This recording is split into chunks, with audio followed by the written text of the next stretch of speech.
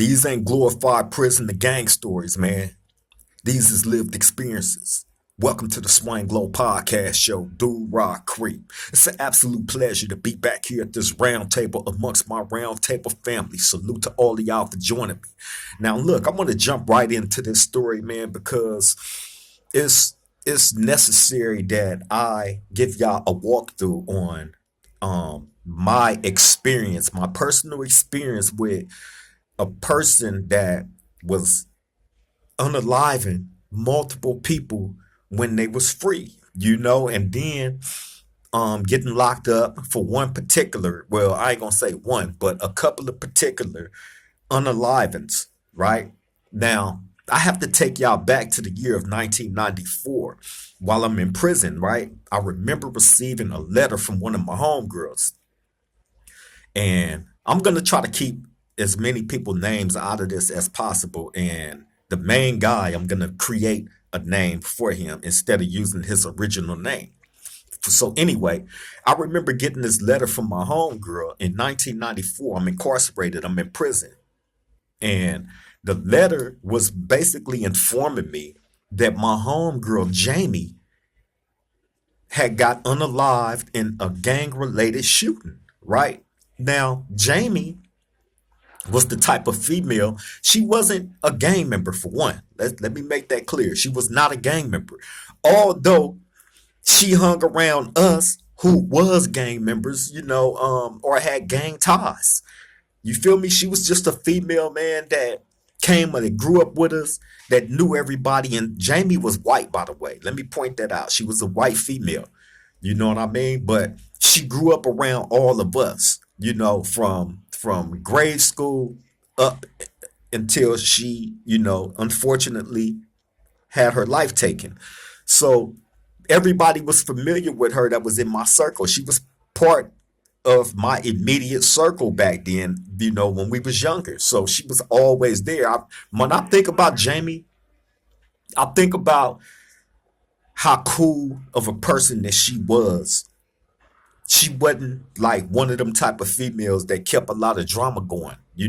She had her relationships with different homies at different times, but for the most part, like, she was, cool, a cool female, bro. And like, another one of my memories of Jamie being around was her a lot of times having her younger sister with her. Now, I'm not gonna name her younger sister either, you know, um, just for the sake of not doing it. You know what I mean? But she always had her little sister with her a lot of times when she was around us. So I was familiar with both of them. However, I get locked up. I get this letter from one of my other homegirls informing me that Jamie was unalived in the gang related shooting. So bam, no other information about who did it, why, or none of that was given to me. You know what I mean? All they were saying was just letting me know that, unfortunately, she lost her life in the gang related shooting. So bam, this was the end, almost the end of 1994 while I'm in prison. Now, mind y'all, I got out of prison November of 1994. So this was like a short window, from me getting that letter to the time I ended up getting out. So bam, I get out. And I link back up with a few of my homeboys. Mind y'all, I'm still young. I'm 21 years old at this time, 1994. Just getting out of prison. I'm still young, so I put myself back in the atmosphere and the environment of gang infestation. At this time, 1994, it was a gang of us from Rock Crip that was getting out of prison, that was getting out of YA, that was getting out of whatever jail we was in at that time. And in all honesty, I had never seen my hood that deep, with people just getting out of jail and, you know what I'm saying, going back to the hood or coming from wherever they was at, people were showing back up all at the same time, it seemed like. So, this person that I'm finna talk to y'all about, I don't know if he had just got out of jail or YA or prison or whatever, but I know he was out. How long was he out? I don't know.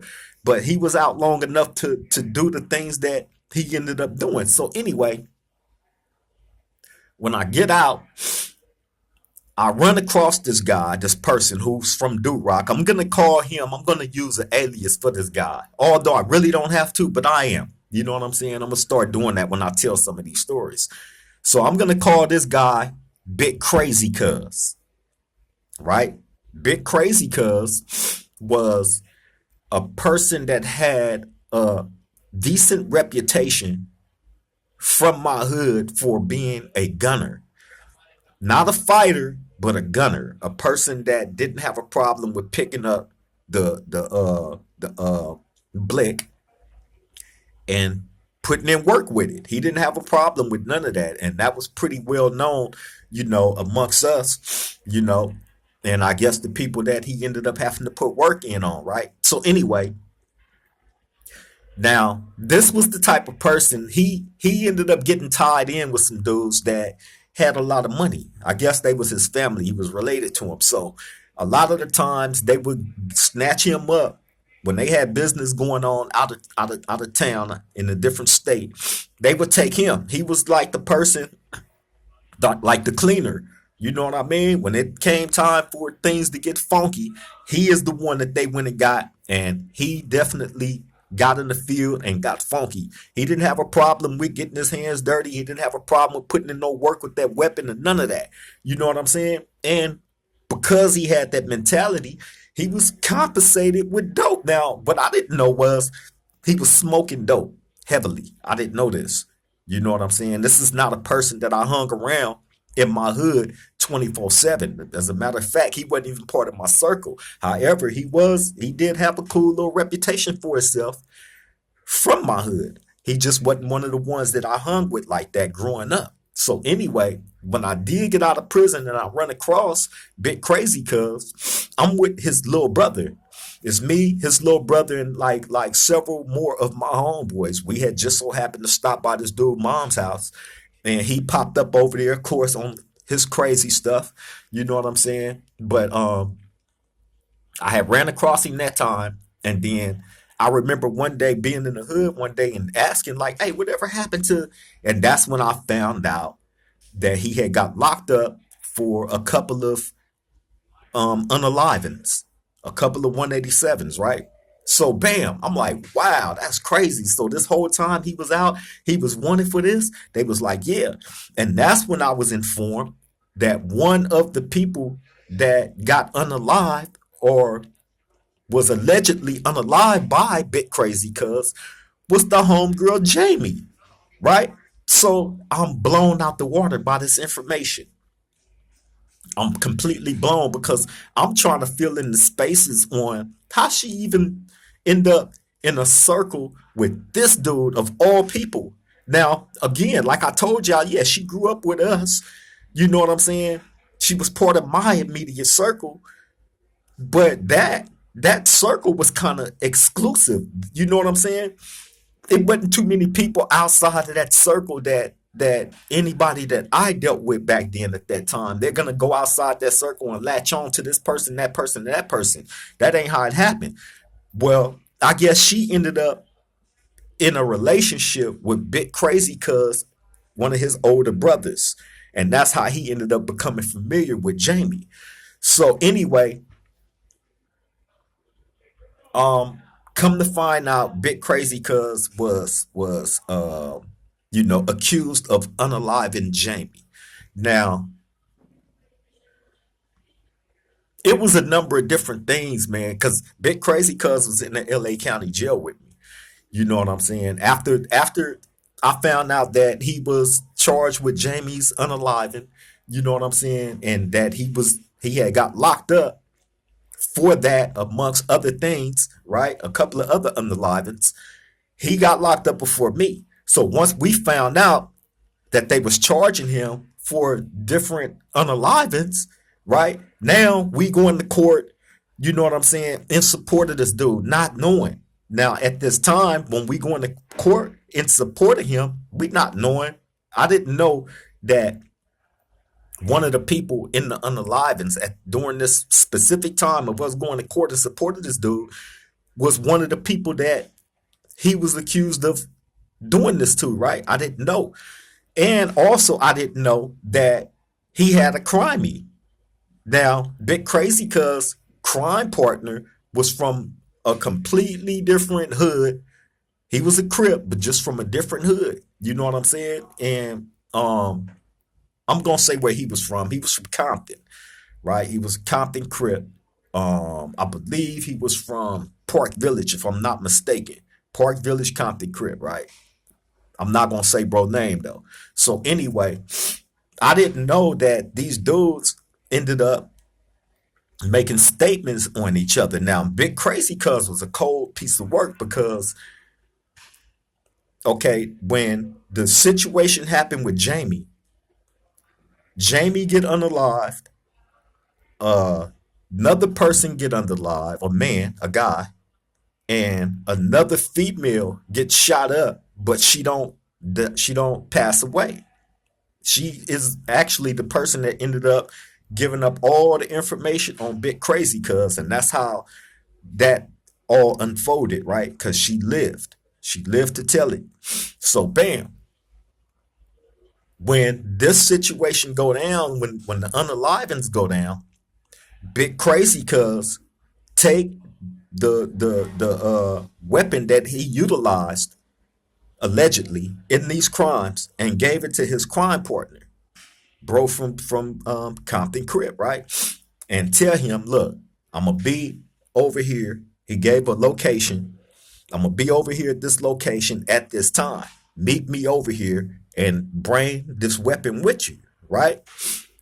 So, you know, dude is like, all right, they go their separate ways. This is after the unalivings. You know what I'm saying? It was two unalivings in one attempt, right? So bam, he give dude the weapon that was utilized in this crime allegedly. Bam, they go their separate ways.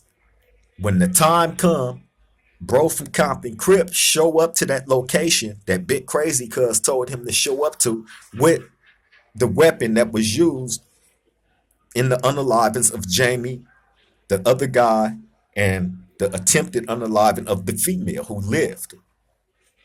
This guy show up with the weapon that was utilized in that crime. Bam. Police swarm him. Police swarm bro from Compton Crip. When he show up at that location at that time, the police own him. Now, mind you, the only people that knew what time and place that Big Crazy Cuz was supposed to show up at and meet this dude was Big Crazy Cuz and bro from Compton Crip. So yes, Big Crazy Cuz set up dude from Compton Crip with the murder weapon and sick the police on him. The whole time, Big Crazy Cuz then pushed out to a whole different state. You know what I'm saying? Because I guess he knew in his head, dude from Compton Crip is finna tell everything that he know. Because you just set this dude up with the weapon, well, one of the weapons, because he was accused of using multiple weapons, a couple of guns, two different guns, and a knife. Okay, so two different guns was used on these people. You know what I'm saying? And a knife. I'm not gonna go into graphic detail on, you know, what he did to these poor people, man. But two guns and a knife was used, you know, in the unalivings and attempted unaliving of the one female that ended up living and surviving, you know, to give her testimony on, you know, the person that she said committed these crimes, right? So anyway, the police swarm bro from Compton Crip. And when they snatch him up before he even make it into the police station, he telling everything that he know about Big Crazy Cuz because he realized at that time, Big Crazy Cuz set me up. This nigga that told me to meet him over here at this location at this time. And when I do, the police swarm me. Nobody else knew about this. So now they telling on each other. The whole time though, Big Crazy Cuz is out of state. He went on the run. You feel me? And I believe Big Crazy Cuz was on the run for probably about a year or so, right? Before the police ended up catching up to him, arresting him for the unalivings and the attempted unaliving, you know, of the one female that survived. Unfortunately, Jamie lost her life in that. She suffered terribly.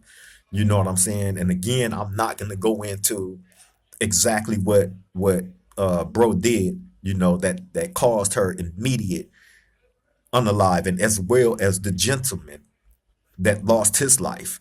You know what I'm saying? This is crazy because the dude that lost his life was familiar with Big Crazy because he actually opened up the door, let him in his home, invited him in. You know what I'm saying? Even up until the point of right before losing his life, offering this dude a glass of water, something to drink, just being, showing hospitality, right? Being polite. And as he got up to get that guy, well, he went up, got up, went, got this guy something to drink.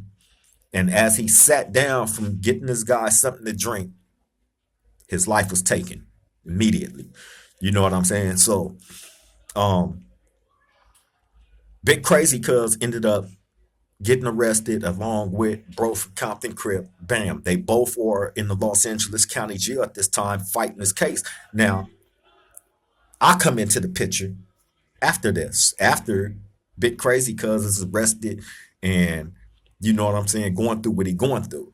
But like I said, we was showing up at different court appearances for Big Crazy Cuz in support of him, not even knowing that him and his CRIMEY, his co-defendant from Compton Crip, had started telling on each other immediately. Well, Big Crazy Cuz set him up with the murder weapon. You know what I'm saying? And then once dude from Compton Crip realized that Big Crazy Cuz set him up, he immediately started before he even hit the police station. He wasn't even handcuffed good and long enough to warm up the seats in the back of the police car before he gave full testimony on exactly everything that happened from A to Z. You know what I'm saying? So come to find out, dude from Compton really didn't do nothing. He was just there. And bro, Big Crazy Cuz from Do Rock set him up. He the one that went in there and allegedly did all this stuff, and dude from Compton just sat there and watched in amazement. You know what I mean? And after everything had took place, Big Crazy Cuz gave him the weapon that he one of them that he utilized, and then told him to meet him at a different location the following day. And bro from Compton did, and the police swarmed him, caught him with the actual one of the actual weapons that was utilized in the unalivings. You know what I'm saying? And this dude knew this. Bro from Compton knew this, so he like, oh no, I'm not finna. Y'all think I'm finna go down for this? This dude did this. He started telling everything he knew. So now there's bad paperwork going around on both of them.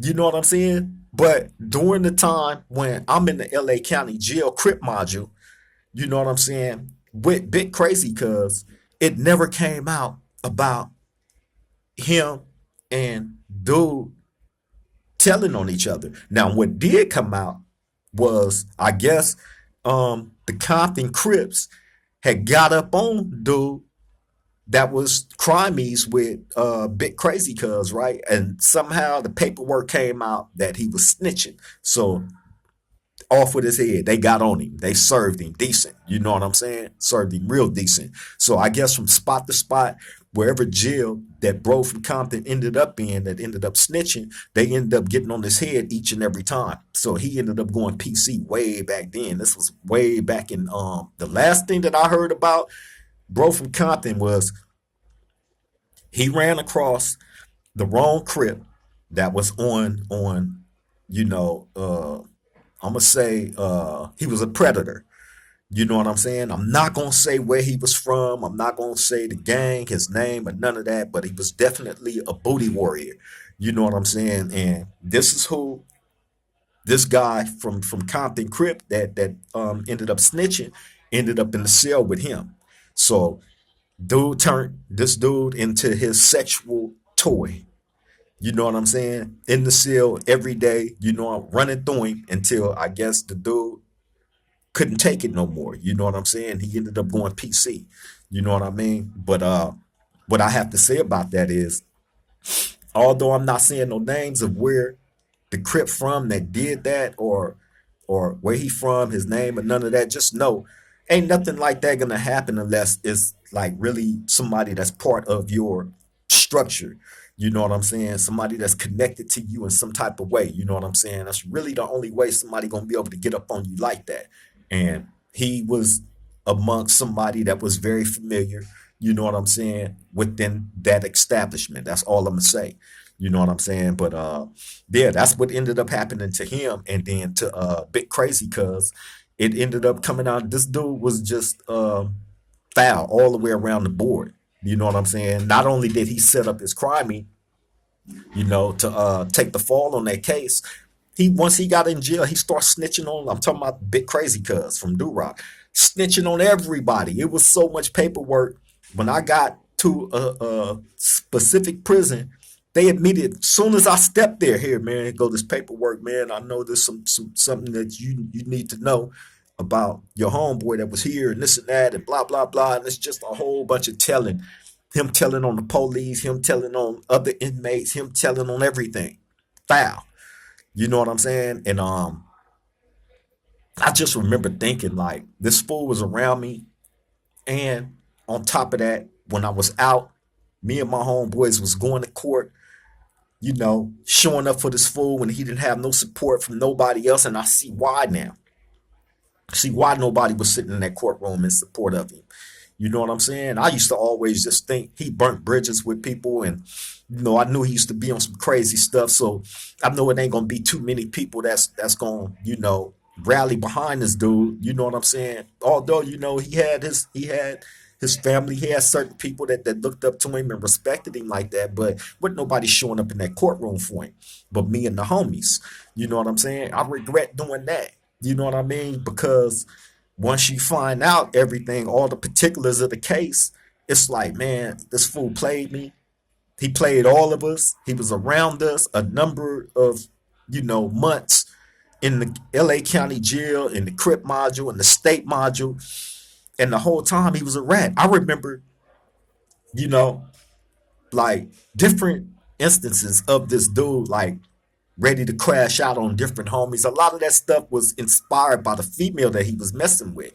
The female that he was messing with was a homegirl, somebody that I grew up with, riding on the school buses with. I knew her very well, but I was never like on no sexual stuff with her. You know what I'm saying? I didn't look at her like that. It was just a homegirl, somebody that I grew up with. And this dude ended up getting with her, bit crazy, cuz falling in love with her, head over heels. And anybody that I don't care for from how long ago in her past, if he found out that you messed with her, his mission was to destroy you. I remember a time he found out I'm gonna make up a name for him too, man. I'm gonna call him Crip Face, right? I remember the homie Crip Face showed up in the LA County jail. This was when we was in the state module. He found out that bro was supposed to have some type of sexual relations with the homegirl, right? Oh my God. As soon as he found out that dude was coming in there and he actually had made his way in there, but he was just in a different part of the state module than us. I caught this dude hiding inside the little laundry. It's like a little laundry room, you know, when you walk inside the modules in the Los Angeles County Jail. And I think we was coming back from the kitchen or something. And, you know, I'm a person always, I'm peeping everything. I'm trying to see where all my home, if you not with me, I'm trying to see where all my homeboys is at. You know what I'm saying? We need to gather, you know what I'm saying? And then we push together or whatever. But I'm always, you know, on point with everything. And just so happened, I seen this fool slide off into the laundry room. And he used to wear ace bandage around his hand all the time. Now, I knew, and the homies that was around him knew, he used to hide his knife inside that ace bandage. So anytime he put that ace bandage on, I know he on some BS. He finna try to get up on somebody and do something to somebody. Just so happened that day when I caught him, he was finna try to get the homie Crip Face. And that was really all it had to do with was the homie Crip Face having a past relationship with the homegirl. You know what I'm saying? And this fool was finna try to stab this dude to death over that, bro. And I had to step in and stop that. Another instance, we standing there talking to another homie that had pulled up. You know what I'm saying? And You know, bit crazy cuz is so happy to see the homie. Oh, let me go get my pictures. I want you to look at my pictures that I got, right? Run to his cell. He do this every time a homie pop up. I'm laughing. So he go get his pictures. He come back and he show it to the homeboy. The homeboy sitting inside the cell. We sitting outside of the homie cell talking to him on the tier, right? So bam, the homie in there looking at the peak like, yeah, this the homegirl and this and that and whoa, whoa, whoa, right? Then he go in to describe it. He's like, oh, he's like, you know what? I remember one night we went to the beach and I did this, and that to her, right? Bro, hey, I had never seen somebody's whole like facial expression and you know what I'm saying? Like everything changed in one blink of an eye. And whatever he was feeling for the homie that was cool, that was no longer there. It was death in his eyes. Point blank period. And he told the homie, like, man, do you know what I do to you behind saying that? Right? The homie, like, he like, what? Do to me? Like, man, you're not finna do nothing to me, man. He like, don't forget, I'm the same one that put that score on your forehead. He like, yeah, that happened when we was kids. Now they going back and forth. I'm sitting here like, oh man, come on. Come on. You know what I'm saying? But this was a person, man, bit crazy because that nothing didn't come of him and the homie going back and forth. You know what I'm saying? You know, just in case y'all wondering. But um that just goes to show you, man, the mental space that Big Crazy Cuz was in. You know what I'm saying? Because he was ready to go at the blink of an eye on the homie behind the female, but the whole time he was a rat. The whole time. And you was the kind of rat that would wait and try to gather up as much information on whoever just to provide to the police and help the police out, man. That's crazy work. You feel me? So yeah, I think back on some of the people that was around me that had foul stuff on their names that we didn't know about at those times that slipped through the grasp of getting got. He was definitely he was like really at the top of the list. You know what I'm saying? On ones to be got. And, you know, he fortunately for him slipped the grasp of, especially when we was in that Crip module, in that Los Angeles County Jail Crip module, where careers was being ended. You know what I'm saying? And hey, yeah, that was a whole different monster. 1995, the Crip module, Los Angeles County Jail. I've told y'all many stories about that, man. Go back on this channel. You know what I'm saying? Go to some of them elder videos, man, and check out some of them old videos, and you'll see. You know what I'm saying? Like, it was really real up in there. You know what I'm saying? But yeah, Big Crazy Cuz ended up going to protective custody. You know what I'm saying? After some time of being on the main lines and in the prisons and snitching on everybody and telling on this, telling on that. You know what I'm saying? And that's how his career pretty much went and where it stands today.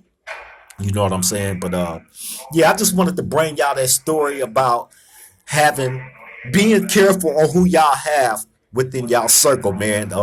You know what I mean? You can never know which person in your circle is gonna end up turning foul and being bad and no good. You know what I'm saying? You start having regrets on even having them people around you, them being able to get away. You know what I'm saying? It's just a number of different things that go through your mind, man, on somebody like that. You know what I'm saying? Just be careful who y'all put in y'all circle, man, who y'all have around you, who you trust, who you look up to, who you listen to, because it's a lot of misleading dudes with a lot of misleading, history, you know what I'm saying, attached to their names. And you just got to be careful because at the end of the day, these dudes don't care about you. They never will, you know, and they will throw you under the bus any given chance to save themselves. Point blank, period, man. So y'all got to be careful. And on top of that, don't do no crimes. Don't do no crimes. Especially with no other man. Like I just told y'all, Big Crazy Cuz invited Bro from Compton in on something that Bro from Compton had nothing to do with. And he got washed up. Both of them ended up getting multiple life sentences without the possibility of parole. That's what happened to Big Crazy Cuz, and that's what happened to dude from Compton Crip. They both got stretched out in prison. And the dude from Compton didn't even do nothing. He was just there. You feel me? Nasty work, man. Y'all got to be careful, man, on what y'all involve yourself in and who you involve yourself with. Point blank, period. That's the message of the day from this story. Be careful. You know what I'm saying? And again, like I tell y'all, you know what I'm saying? Because I'm finna wrap this up. Listen to these stories, man. Inhale it, take it in. You know, contemplate it if you have to, but don't put yourself in a position where you're repeating some of these mistakes that some of these men make or have made that I bring to this roundtable for y'all. Don't do it, man. Make better decisions. Make the most educated decision that you can when it pertains to your freedom, to the next move and existing out there in the free world.